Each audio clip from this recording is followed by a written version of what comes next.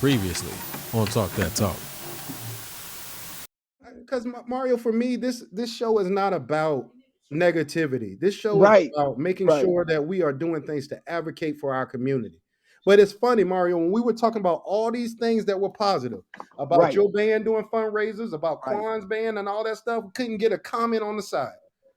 People's little feelings get hurt because you come after, you say one thing that goes out of the group think, and then all of a sudden, oh, here we go. Oh man, I got to go online and talk about some dude that I don't even know. Like it's just Right. so that's the state of the HBCU band community. Is that anything that goes against the group think is either considered, oh, here's the one that really got me, is either considered less than or you're pandering to them white people. That's all we ever get. We can't ever do anything different. We can't ever say, you know what, I like Southern, but I can also be critical of Southern or Jackson or Norfolk State or whoever, while also Or appreciating mass what bands. brings. Or Right, mass bands. Just go ahead and throw it right. out there. I mean, Because let's be everybody was real. crying about the mass bands.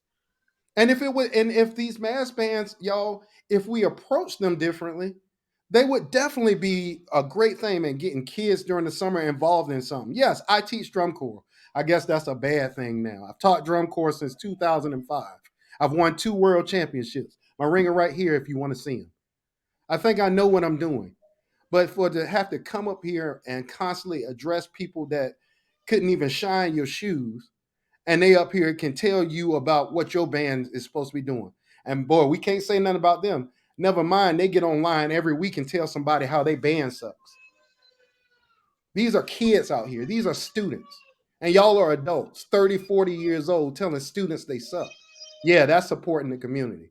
So I'll wait for any of these people that want to come in and have a conversation with me. Chuck, I know that ain't where you are, bro. You've been on the show before, but any of these people that want to tell me why I'm wrong, even though they hadn't even watched the doggone 30-minute clip that we put up, I welcome any debate or conversation, but be respectful because I'm not just gonna sit here and let anybody talk to me any type of way.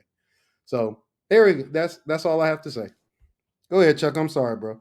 No, you good, bro. What's going on, y'all? Y'all doing all right? Can you hear me? What's going on? Yeah, we can hear you, Chuck. Okay, cool. Well, first and foremost, I love the topic, and definitely, Rick, if you see in the comments, talk your stuff, bro. Drop that resume. You know, people. It's crazy as a fellow music educator. You know, like what was in the last topic, that people don't realize what we have to do to do what we do. Not only as an undergrad, but also continuing, you know, CEUs, and we got all of our band director buddies and friends that are at the Midwest right now, you know, getting that knowledge so they can bring it back to their program. But specifically about the mass bands, Chief, definitely, man, you talk like when you said something, you guys were, you know, respectfully disagreeing, which we have to be able to do more of in our community. I've had an opportunity to teach in different areas, and I can remember teaching in suburbs and then teaching in the inner city of Chicago. I taught on the South Side for 4 years in Chicago, and seeing the difference. You know, when I was in my graduate program at Vandercook in Chicago, I had one of my classmates reached out to me and said, "Hey, I did a presentation about HBCU bands." And he was like, man, he was like, I love, you know, bands from the South, from New Orleans, but he's like, I don't understand. Like, you know, sometimes they'll play like their life depended on it. And I was like, for some of these kids, that's exactly right. That's exactly right. And so I see that, and one of my good brothers and my best friend, Dr. Rodney Chisholm, we were talking about comparing mass bands to like and one basketball, you know, or right. You know, it's very similar. As you know, not only a band director, and I'm sure some of you guys have held some different positions. I coached for 6 years, you know, high school basketball, and I know what that has done positively and negatively to the game of basketball. Same thing I would say with the mass bands as well too. I think it's great that we keep kids playing. I think it's great that, because again, when you teach in the inner city, it's very easy for that kid to go south. very easy. They're like, why am I going to learn this if I can just hit the block and make this money, and have the things that I want to have or have the things that I've never had. And so, you have to battle that. And so I think the mass bands can be a great place for that. One thing I know for me, and I'm sure some of the music educators in here either watching or that's the host of this show can agree with, is you guys were talking about pedagogy or even safety. I know Crystal just jumps on here and she's mentioned it several times in this topic.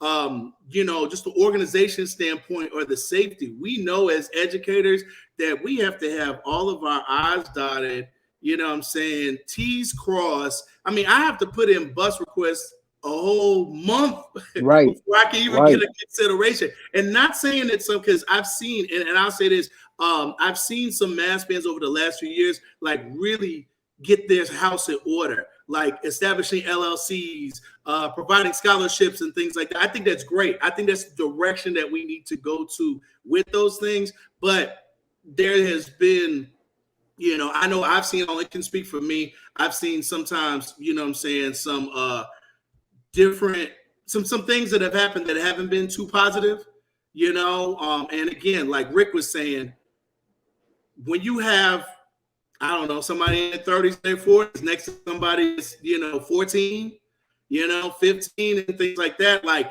there's a time and place and a space for that. Like Rick mentioned, if you have an alumni band, that's great. I think it was it Southern and was it PV or that was the exact Southern that was amazing. Yep. I love that. That. And me, I can only speak for me. I'm a product of 2 HBCUs. I'm a little North Carolina A&T and Fayetteville State University. And I never forget going to the FAMU camp when I was a high school senior, and they did this thing called Bring It On. It was on our schedule, but I had no idea what it was.